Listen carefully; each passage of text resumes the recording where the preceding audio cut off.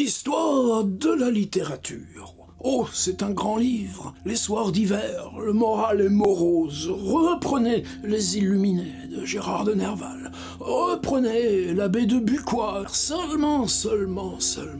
Les idées, comment ça vous vient? Eh bien, c'est qu'il voyageait beaucoup en Allemagne. Et donc, quand il était en voyage, toujours changer de ville, découvrir. Il n'y avait jamais de ces crises d'angoisse là qui vont finir par l'emporter. Là, dans un marchand de livres d'occasion, et il découvre ses mémoires, ce livre de mémoire de l'Abbé de Bucquoy. Il est un peu cher, il le feuillette, il se rend compte que là, il y a une histoire, il y a quelque chose à faire avec l'Abbé de Bucquoy. Mais il dit non, c'est trop cher. Il rentre à Paris.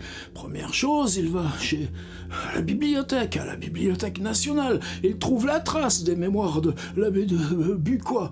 Le livre perdu. Le livre introuvable. On cherche, peut-être c'est un autre titre, impossible de le trouver. Il parcourt tous les libraires d'occasion au Palais Royal. Tu cherches les mémoires de l'Abbé de Bucquoy. On trouvera des livres qui parlent de ces mémoires. On trouvera de vagues extraits cités par d'autres auteurs. Ce livre que lui avait vu là-bas en Allemagne est introuvable. Comment vas-tu écrire le premier chapitre de tes Illuminés consacré à l'Abbé de Bucquoy si ce livre qui les inspire, tu ne le trouves plus? Bon, un écrivain, ça se débrouille. N'empêche que, prenez Les Faux-Sauniers de Gérard de Nerval.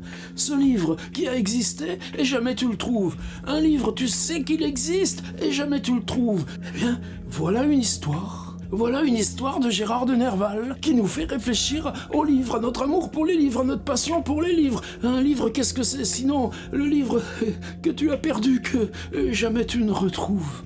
Le livre que Gérard de Nerval n'a pas pu retrouver devient à son tour l'histoire du livre qu'on cherche et qu'on ne trouve pas. Magie absolue de Gérard de Nerval.